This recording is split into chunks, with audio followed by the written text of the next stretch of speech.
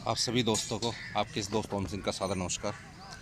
दोस्तों, अभी पिछले कुछ दिन से हम टीवी चैनल्स के ऊपर यानी प्रिंट मीडिया में भी है और इलेक्ट्रॉनिक मीडिया में भी बहुत हो हल्ला सुन रहे हैं। ये है राफेल हवाई जहाज़ों के बारे में जो एयरफोर्स ने ख़रीदे हैं। देखिए, भारत सरकार ने ऐसा पहली बार नहीं हुआ है कि दूसरे देशों से लड़ाकू विमान खरीदे हों। इससे पहले यहाँ तक कि फ्रांस से भी बहुत पहले से हमारे विमानों का सौदा होता रहा है। लेकिन ये पहली बार देखने को मिला है कि इतना हो हल्ला जितना प्रिंट मीडिया और इलेक्ट्रॉनिक मीडिया में टीवी चैनल्स के ऊपर हो रहा है, ये नहीं होना चाहिए। आप लोगों को अजीब लगेगा सुनकर।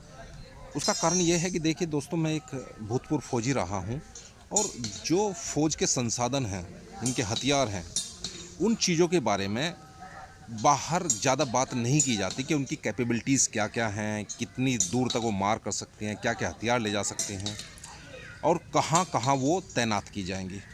तो ये मिलिट्री सीक्रेट्स होते हैं, इनके बारे में ज़्यादा हो हल्ला नहीं होना चाहिए।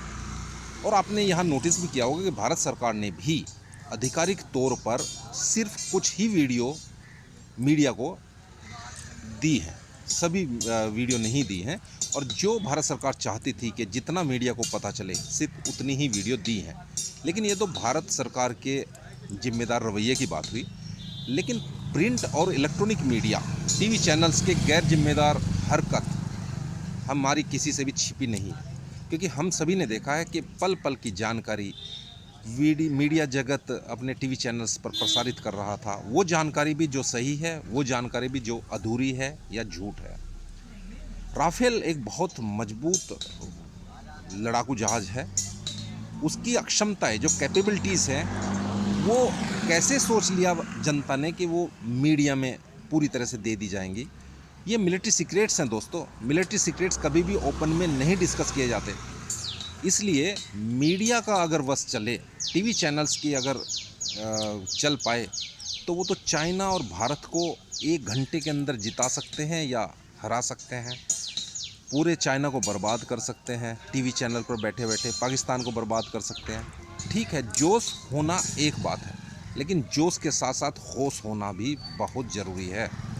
तो टीवी चैनल्स और प्रिंट मीडिया को गैर जिम्मेदारी वाली हरकतों से बचना चाहिए और मीडिया में सिर्फ वही चीज़ें प्रसारित करनी चाहिए जिससे हमारे देश की आंतरिक और बाहरी सुरक्षा को खतरा ना हो। राफेल बहुत ही मजबूत लड़ाकू जहाज़ है।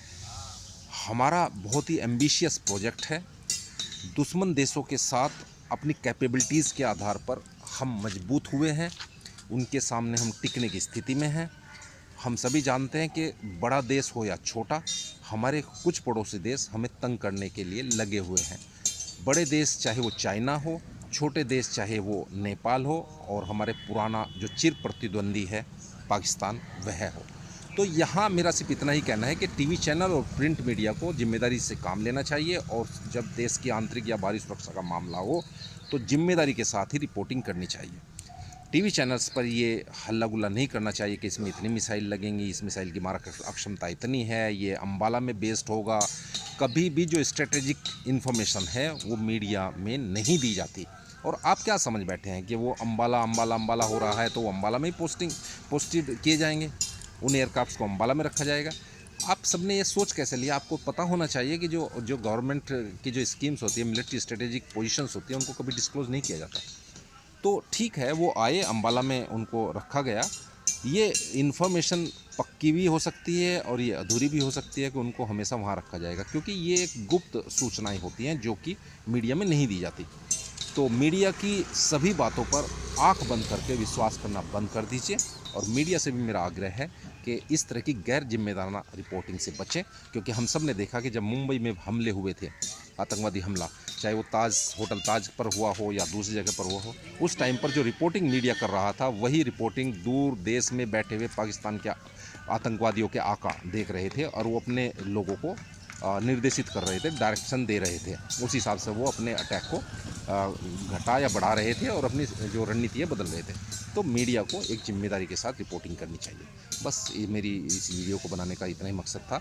इन्हीं शब्दों के साथ मैं आपसे विदा लेता हूँ। जय हिंद, जय भारत।